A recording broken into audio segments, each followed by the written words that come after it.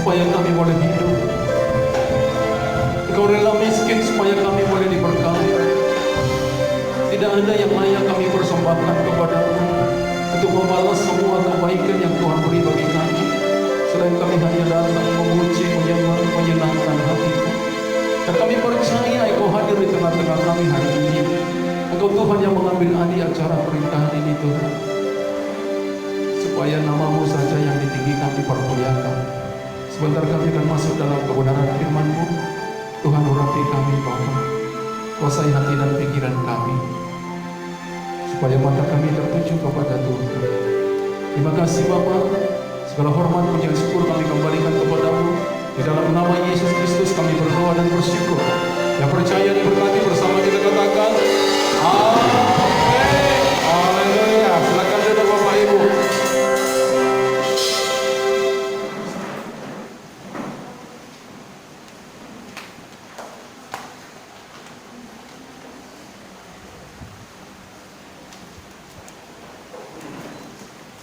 Ya, salam Bapak Ibu. Hari ini adalah hari yang sangat berbahagia, ya, khususnya bagi kedua mempelai, ya, karena pernikahan itu adalah salah satu yang didambakan setiap orang, ya. Oleh karena itu pernikahan itu selalu diingat.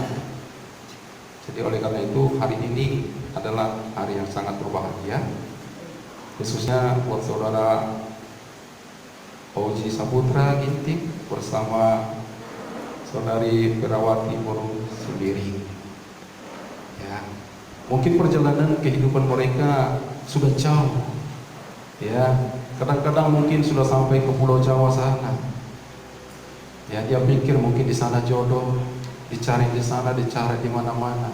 Ternyata ada di mana Bapak Ibu? Iya. Jadi oleh karena itu itulah perjalanan kita di dalam Tuhan Bapak Ibu. Ya, manusia hanya merencana tapi Tuhanlah yang menentukan. Dan saya percaya hari ini adalah waktu yang Tuhan tentukan bagi saudara berdua untuk mengambil keputusan, komitmen di dalam pernikahan. Oleh karena itu saudara harus tahu bahwa pernikahan itu bukan kehendak manusia. Pernikahan itu adalah rancangan Tuhan. Sejak Tuhan menciptakan manusia, Dia katakan tidak baik manusia itu seorang diri, maka Dia berikanlah seorang perempuan. Dari tulang rusuknya lalu dipersatukan mereka menjadi satu. Dikatakan peranan cuculah, penuhilah bumi dan taklukkanlah segala isinya. Itu adalah salah satu tanda bahwa rumah tangga itu bukan rancangan manusia, tapi itu adalah rancangan Tuhan. Oleh karena itu saudara yang dikasihi Yesus, kita harus mengerti prinsip pernikahan di dalam kekristenan. Ya, kalau Tuhan sudah merencanakan pernikahan, berarti tentu ada rambu-rambu yang akan Dia buat. Ada ketentuan-ketentuan yang sudah dibuat oleh Tuhan supaya rumah tangga itu boleh berjalan dengan baik dan rumah tangga itu boleh ya berbahagia, mengalami kebaikan dan berkat-berkat Tuhan. Ya, jadi itulah yang perlu kita harus pahami. Oleh karena itu saya akan ambilkan ya Kejadian 2 ayat 18 dikatakan di sana firman Tuhan. Kejadian 2 ayat 18. Kita baca 1, 2, 3. Tuhan Allah berfirman, tidak baik kalau manusia itu seorang diri saja. Aku akan menjadikan penolong baginya yang sepadan dengan dia. Jadi oleh karena itu Tuhan yang menyediakan penolong bagi kita. Dan dikatakan yang Tuhan berikan itu adalah sepadan. Ya. Jadi oleh karena itu kalau kita sudah mengambil keputusan di dalam pernikahan, tentu kita sudah percaya bahwa Dialah yang seperjanjian kita. Oleh karena itu prinsip daripada firman Tuhan dalam pernikahan salah pertama adalah harus memiliki punya komitmen secara total, ya, artinya kalau sudah menjadi kita mengambil keputusan bersatu, tidak bisa dipisahkan siapapun. Itu salah satu komitmen yang Tuhan berikan. Ya. Oleh karena itu Oji kalau sudah memilih ya Perawati ini menjadi teman pewarisnya, menjadi pendampingnya, maka ketahuilah tidak ada satupun yang bisa memisahkan selain kematian. Ya, mungkin kalau di daerah kita Karo masih bisa nak perlu memisahkannya, tapi saya katakan tidak bisa. Kalau itu dilakukan, itu adalah melanggar firman Tuhan. Kalau orang sudah melanggar firman Tuhan, maka akibatnya akan dia terima. Jadi oleh karena itu saudara, salah satu harus punya komitmen keputusan, dan kita harus mengatakan tidak bisa lagi apapun caranya. Jadi oleh karena itu pernikahan itu tidak bisa coba-coba Bapak Ibu. Ya, yang membuat masalah pernikahan ini adalah coba-coba. Kenapa saya katakan coba-coba? Karena ketika perjalanan pernikahan dijalani mereka, lalu karena tidak cocok, lalu dikatakan kami pisah karena tidak cocok. Jadi oleh karena itu saudara, pernikahan itu bukan berbicara cocok atau tidak cocok. Karena dikatakan kalau sudah dipersatukan oleh Tuhan tidak bisa dipisahkan oleh siapapun. Oleh karena itu jangan ada alasan dengan tidak cocok. Saudara, Tuhan memberikan pendamping bagi kita, sudah dikatakan itu adalah sepadan, berarti cocok. Itu yang pertama. Sehingga kalau saudara sudah di hari ini mengambil keputusan dalam pernikahan nikah, jangan ada perkataan cerai. Ya Uji, katakan apapun yang terjadi, kita akan tetap sama. Itu salah satu yang harus kita perlu. Dikatakan Matius 19 ayat 3 sampai 6, dikatakan apa yang telah dipersatukan Tuhan tidak bisa dipisahkan oleh siapapun. Hanya kematian yang bisa memisahkan saudara berdua. Itu salah satu harus nyampe. Ya, jangan katakan nanti tidak cocok. Saya tidak tahu dulu, kalau saya tahu ini saya tidak mau. Itu tidak ada alasan. Itu makanya dikatakan pada waktu kita konseling, kita diberikan waktu lama supaya kita mengetahui semuanya, sehingga kita tidak ada lagi kata tidak cocok. Orang kalau sudah mengambil keputusan, bukan berbicara cocok lagi. Apapun yang terjadi memang sudah komitmen, harus siap yang menghadapinya. Itu yang pertama. Yang kedua, ya, di dalam pernikahan kekristenan itu harus mempunyai komitmen saling menerima satu dengan yang lain. Ya, itu harus dipegang. Karena manusia punya kelemahan, tidak ada yang sempurna. Mungkin kalau masih pacaran, masih semuanya masih baik-baik Bapak Ibu, ya, semuanya indah. Karena kadang-kadang manusia kalau masih berhubungan, ya, yang jelek-jeleknya masih tersembunyi semua. Ya, kami kalau sudah menikah 2 bulan 3 bulan muncullah aslinya. Ya, sehingga pernah ada cerita seperti ini. Pada waktu berpacaran dia sangat baik. Temannya ini setiap pagi datang ke rumahnya, disediakan kopi, datang malam minggu disediakan teh manis, pokoknya disambut dengan baik. Dia berpikir bahwa pria berpikir, ini udah cocok sama saya, ini sangat perhatian dan sangat peduli. Ternyata pada waktu dia ambil menjadi istrinya, sudah tidak lama perjalanannya, keluarlah aslinya. Ternyata istrinya tadi ini mantan petinju.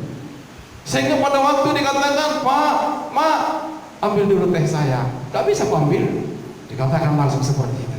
Itu di dapur itu ada, di situ gulanya, teh manis, di situ ada air panasnya. Ambil. Mau tidak? Katanya diancam pula. Terpaksa suaminya engge-engge aja. Lalu dia mulai berkata, kalau saya tahu dulu, saya tidak akan mau. Oleh karena itu harus hati-hati. Ya, kalau kita sudah tahu seperti itu, maka dikatakan harus siap menerima apapun keadaannya. Hari itu kita harus terima, kelemahan, kekurangan semua kita harus terima, karena kita sudah mengambil janji hidup dan mati. Tapi saya percaya, ya, saudara sudah saling mengenal satu dengan yang lain, dan saudara sudah tahu apa yang akan terjadi nanti, sudah saudara siap menghadapinya. Jadi oleh karena itu mari, ya, dikatakan di Kejadian 2 ayat 24, ya, seorang laki-laki meninggalkan orang tuanya dan bersatu dengan istrinya, sehingga ia keduanya menjadi satu daging. Ya, jadi artinya di situ dikatakan ketika kita sudah mengambil keputusan berumah tangga, kita harus meninggalkan orang tua kita dan bersatulah dengan istri kita. Jangan terlalu nyaman, ya, di tempat taman indah mertua. Bahaya kalau terlalu nyaman di sana. Kalau sudah firman Tuhan mengajarkan harus tinggalkan, berarti ada bahaya kalau tidak ditinggalkan. Ya. Jadi oleh karena itu harus mulai, karena Tuhan sedang mau membawa kita, sedang mengatur perjalanan kehidupan kita. Jadi kita kalau waktu kita berdua bersama-sama, maka Tuhan bisa menentukan langkah-langkah pernikahan kita. Jadi harus meninggalkan orang tua. Ya. Itu yang kedua yang harus kita miliki, supaya nanti ya saudara berdua tahu, kalau sudah menikah, saya mengatakan jangan terlalu sayang melebihi istri kita kepada yang lain. Ya, artinya jangan, kadang-kadang dalam rumah tangga sering terjadi Bapak Ibu, di dalam rumah tangga anaknya yang mengatur itu adalah orang tuanya. Salah sekali Bapak Ibu. Itu jangan dilakukan. Ajar mereka mandiri. Kalau memang mereka, kita mau terbeban menolong mereka, lebih bagus kasih ini, tolong dia, tidak usah diatur. Ya, tidak baik seperti itu. Karena mereka harus dewasa, bisa membangun rumah tangganya sendiri. Biarkan mereka mandiri. Kalau kita mau menolong, tolonglah dia. Jangan diatur-atur mereka, supaya mereka bisa bahagia di dalam rumah tangga mereka. Karena kadang-kadang dunia saja pun katakan ya apapun semakan, ya dikatakan makan sepiring berdua pun, apapun yang penting bersama-sama makanannya. Itu yang dia, kalau rumah tangga ya, kalau makanan enak sekalipun, tapi kalau mereka tidak merasa bahagia di dalamnya, mereka tidak menikmati makanan itu. Itu yang kedua. Jadi oleh karena itu punya komitmen, berani berpisah dari keluarga, jangan bergantung lagi kepada orang tua. Berani mandiri, yaitu makanya ambil keputusan, kita bertanggung jawab atas rumah tangga kita. Yang ketiga Bapak Ibu, prinsip daripada firman Tuhan, keluarga orang Kristen itu adalah harus diikat dengan kasih. Ya, jadi kita ini yang mengikat keluarga kita itu harus diikat oleh kasih. Tidak diikat oleh kekayaan, tidak diikat oleh harta, tidak diikat oleh kecantikan. Kalau itu yang mengikat kita, maka kita akan mengalami kegagalan di tengah perjalanan. Karena itu semua ada keterbatasannya. Kecantikan manusia juga ada batasnya Bapak Ibu. Mungkin kalau umurnya masih 20 sampai 40 masih bisa lah, oke-oke saja. Tapi sudah lewat 40 sudah berubah. Ya, kalau orang katakan kalau masih muda sampai umur 30 masih wangi parfumnya. Kalau sudah mulai 40 ke atas, mulai lagi sudah mulai pakai balsem. Habis itu ke atas sudah mau mulai bau minyak urut. Karena harus urut, sudah habis tenaga. Oleh karena itu jangan diikat oleh itu. Tapi biarlah diikat kita dengan kasih daripada Tuhan, karena kasih itu kekal. Selama kita masih hidup, maka kita akan bisa tetap bersatu. Kalau kasih yang mempersatukan. Ya, jadi jangan terikat dengan hal yang lain. Dikatakan Amsal 31 ayat 30, ya. Kemolekan adalah bohong dan kecantikan adalah sia-sia, tetapi istri yang takut akan Tuhan itu dipuji-puji. Jadi rahasia supaya rumah tangga kita bisa tetap kuat, kita bisa lenggang berjalan, kita bahagia, jangan diikat oleh karena kecantikan. Kadang-kadang wanita bisa habis waktunya dan dananya hanya untuk kecantikan. Ya, dengan harapan supaya rumah tangga bahagia, padahal belum tentu Bapak Ibu. Anda nanti pergi ke salon habis biayanya. Kadang-kadang ganti warna rambutnya. Minggu ini merah, minggu depan sudah biru. Habis itu lain lagi, sudah hijau lagi. Ya, saya katakan nggak ada suami yang senang melihat seperti itu. Itu tandanya orangnya tidak menerima apa yang Tuhan berikan, tidak bersyukur dengan apa yang Tuhan berikan. Jangan habiskan biayamu, karena bukan itu kecantikan wanita, tapi kecantikan kemolekan itu adalah sia-sia. Tapi kalau wanita takut akan Tuhan, itulah dikatakan akan dipuji-puji. Jadi rahasianya, jadilah wanita yang takut akan Tuhan. Jadi oleh karena itu, Perawati, kalau Anda menjadi orang yang takut akan Tuhan, maka bukan hanya suami yang memuji Anda, orang yang ada di sekitar saudara pun pasti akan memuji. Memang itu adalah istri yang baik. Tapi kalau hanya kecantikan, saya mau katakan, belum tentu ada orang yang memuji. Mungkin orang akan berkata, ya memang itu aja kerjanya itu, ke salon aja terus. Bisa seperti itu. Jadi oleh karena itu mari belajar Ya, dikatakan di Amsal 6 ayat 25, janganlah menginginkan kecantikannya dalam hatimu. Jadi jangan mengharapkan hanya kecantikannya, tapi biarlah kita melihat kecantikan secara batinia. Ya, dikatakan di situ tapi dikatakan janganlah terpikat oleh bulu matanya. Nah, bahaya juga wanita-wanita ini bisa memikat ya, pria dengan bulu matanya. Itu makanya kadang-kadang wanita bisa menghabiskan alis matanya, ya, supaya tujuannya rupanya supaya mengikat laki-laki. Ya, kadang-kadang ya cukur aja supaya bisa dibentuk, seperti itu. Dia tidak tahu pada waktu keringat diginikannya seperti ini, udah meleleh ke samping kiri ini. Ya, ada lagi supaya lengkap dia tato. Ya, nggak capek-capek lagi, bentuknya sudah bagus, dia pikir. Ternyata tidak tahu bahwa semakin tua semakin molor. Nanti tatonya udah baris ke bawah seperti itu, ditarik-tarik lagi ke atas, udah susah. Oleh karena itu syukurilah apa yang Tuhan berikan. Jangan berusaha dengan cara-cara dunia, tapi kita menjadi orang yang takut akan Tuhan. Itulah yang membuat kita dipuji-puji. Menjadi wanita, ya, yang dipuji-puji suaminya dan orang lain. Oleh karena itu biarlah kita diikat oleh kasih. Kolose 3 ayat 14 dikatakan di sana, di atas semuanya itu kenakanlah kasih yang mengikat dan mempersatukan. Jadi di atas semuanya yang paling utama harus diikat oleh kasih. Ya, harus diikat oleh kasih. Saya percaya kalau diikat dengan kasih, tidak ada yang bisa memisahkannya. Karena kasih itu adalah siap berkorban, siap menerima apa adanya, siap mengampuni. Itulah kalau kasih. Yesus itu karena kita dikasihi, maka dia rela mati bagi kita. Dia mengampuni segala dosa kita karena kasih. Kalau kita ikat oleh kasih, maka saya percaya suami istri tidak akan pernah ingin mencari kebenarannya sendiri, tapi dia akan rela untuk memegang supaya mereka tetap bersatu.